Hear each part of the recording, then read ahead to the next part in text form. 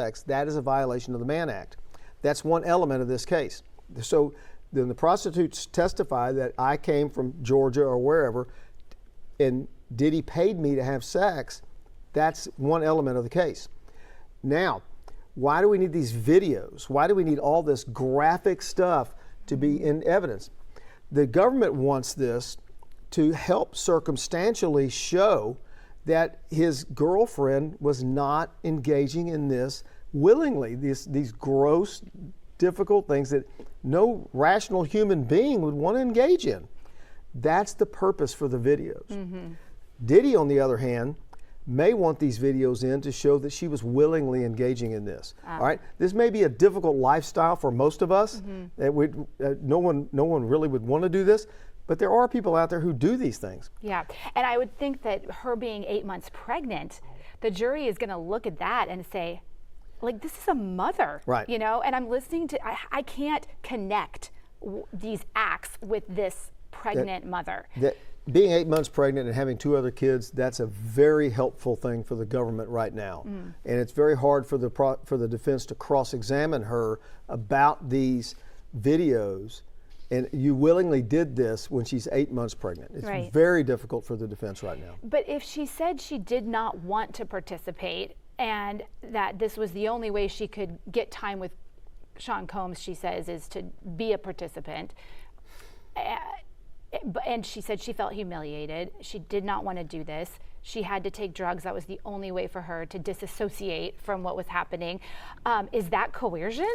So it might be. It might be. Now, you got to remember that Diddy's got unlimited resources here. And so there's probably teams and teams of lawyers in the background. They're getting daily copy, which means every day, every night they get the transcript, and they're picking this thing apart, making graphics. And when they cross-examine her, they're going to be popping this up on these tidbits up to cross-examine her with. And when they do that, well, this is what you said, and impeaching her with these tidbits. You said you went voluntarily because that was the night of your premiere. That's not coercion, is it? And they'll be able to pick her testimony apart. Statements she made in the past. You took this money to settle this thing.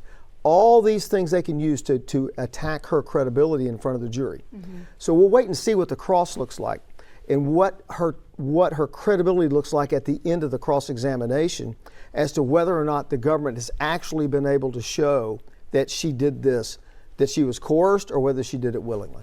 And there may still be some surprise testimony throughout this trial, right? I mean, it's expected to last 8 weeks. Right. So are you expecting like more, bombshell testimony? Maybe there'll be a star witness that we don't even know about yet. Well, I imagine that everyone who's in those videos, some mega Hollywood stars, have all been interviewed not only by the government, but by the defense. Mm-hmm.